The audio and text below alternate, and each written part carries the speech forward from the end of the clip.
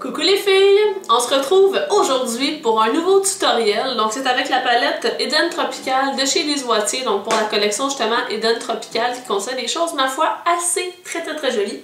Et j'avais envie de vous faire un look flash. Et ce qui est cool de ce look là, c'était simplement aussi pour vous montrer qu'on a possibilité de mettre une couleur flash avec des tons plus neutres.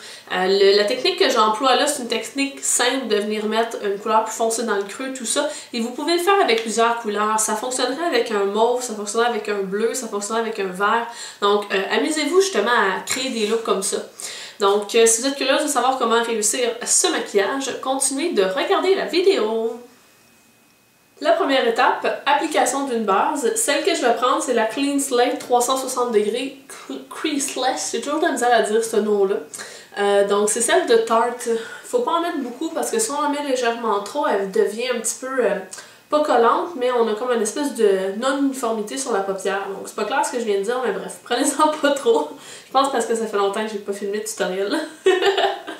Donc là, pour le maquillage, on va utiliser une palette qui est tout à fait splendide. Donc c'est la palette Eden Tropical. C'est dans la nouvelle collection du même nom de chez Lise Wattier. Et les couleurs qu'on va venir utiliser, c'est le turquoise qui est ici, le bleu, ainsi que le doré juste là. On va commencer en fait par le turquoise, qui est notre couleur flash, ce qui retient le plus l'attention. Et je vais venir prendre un pinceau comme celui-là ici. Celui-là, c'est un pinceau en fait pour le cache-cerne. C'est le numéro 954 de chez Sedona Lace. Mais je trouve que la façon que les poils sont faits, la densité, fait en sorte qu'on accroche beaucoup les pigments et qu'on se retrouve avec une couleur qui est encore plus opaque quand on l'applique.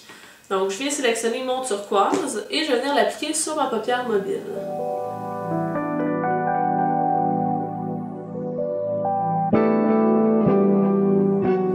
C'est important de s'assurer qu'il y ait de la couleur jusqu'à la ligne des cils pour pas qu'il y ait un espace couleur peau entre nos cils puis l'ombre à paupières.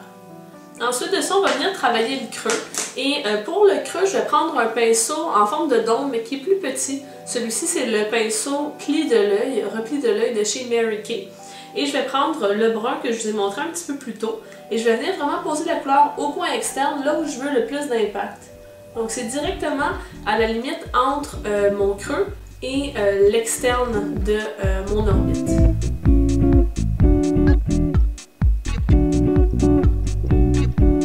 Ensuite de ça, je vais venir prendre un pinceau pour estomper. Celui-ci, c'est le E25 de chez Sigma qui correspond au 217 de chez MAC.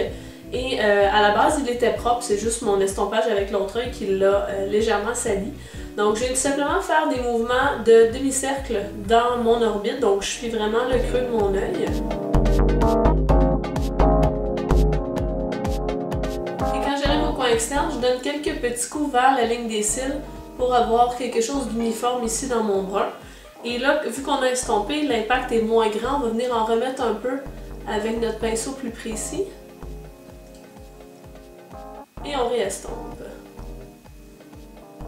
Et là, on va venir travailler la forme au coin externe. Je veux une forme assez en amande. Donc, ce que je vais faire, c'est que quand je vais faire mes mouvements de demi-cercle, je vais monter et je vais appuyer de moins en moins fort. Comme ça, j'ai de moins en moins de poils qui vont mettre de la couleur et ça va faire notre fondu. Une fois que cette couleur-là est posée, je vais venir prendre un pinceau plus précis. C'est un pinceau crayon. Celui-ci, c'est le pinceau structure de chez Lise Wattier. Mais j'aime beaucoup aussi, je crois que ça s'appelle le 305 de chez Sedona Lace, si je ne me trompe pas. Je mettrai l'information dans la barre en dessous, je ne suis pas assez certaine pour mettre ma main au feu à ce sujet-là. Et je vais venir chercher le brun, puis je vais faire le ras de cils inférieur.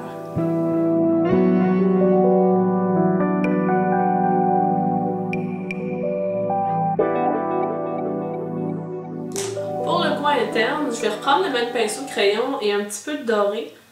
J'ai préalablement essuyé un tout petit peu mon brun. Et je vais venir en mettre légèrement au coin interne. Le but, c'est pas nécessairement qu'on détermine qu'on soit capable de dire qu'il y a du doré là, mais bien qu'on aille chercher une petite luminosité, là, comme ça ici. Ça rend le regard un petit peu plus pétillant. Ensuite de ça, pour terminer le haut de mon œil, je vais venir appliquer une couleur mate sous le sourcil. Il n'y en a pas dans la palette de Lise Wattier, donc je vais venir chercher ma Naked 3 et je vais prendre la couleur Strange qui est juste ici et un pinceau qui est assez dense. Celui-ci, c'est le Deluxe Oval Shader Brush de chez Coastal Scents. Je ne sais pas s'il existe encore, mais c'est un pinceau que j'aime beaucoup pour faire justement cette zone-là. Donc je vais venir l'appliquer comme ça ici. Donc ça me permet de venir flouter mon estompage et de relever légèrement le sourcil.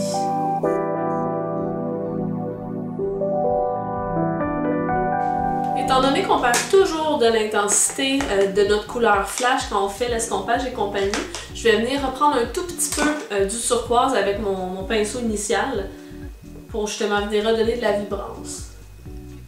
Pour finir, je vais venir faire un trait de eyeliner. Le eyeliner permet de venir donner un effet œil de chat, mais aussi de créer un effet tranché entre le turquoise et le noir, ce qui fait ressortir encore plus la couleur. Et mon trait, je vais le commencer à peu près au centre de l'œil et je vais aller vers le coin externe.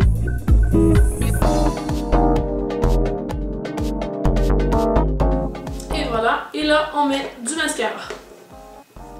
Voilà pour ce look très coloré, j'espère qu'il vous a plu. Si jamais vous avez déjà la palette Eden Tropical de Lise Wattier, quels sont les mix que vous avez fait jusqu'à présent? Je suis curieuse de voir justement les amalgames que vous avez fait, que vous avez composés. Mettez-les dans les commentaires en dessous, ça va être super intéressant parce que ça va pouvoir donner aussi des idées aux autres qui ont déjà la palette. Ou peut-être que vous avez des fards qui sont similaires à la maison, donc vous pouvez l'utiliser aussi de cette façon-là. Donc voilà, sur ce, moi je vous souhaite une bonne fin de journée, je suis contente de vous avoir retrouvé pour un nouveau tutoriel. Sur ce, je vous aime et on se voit dans la prochaine vidéo. Bye bye les filles!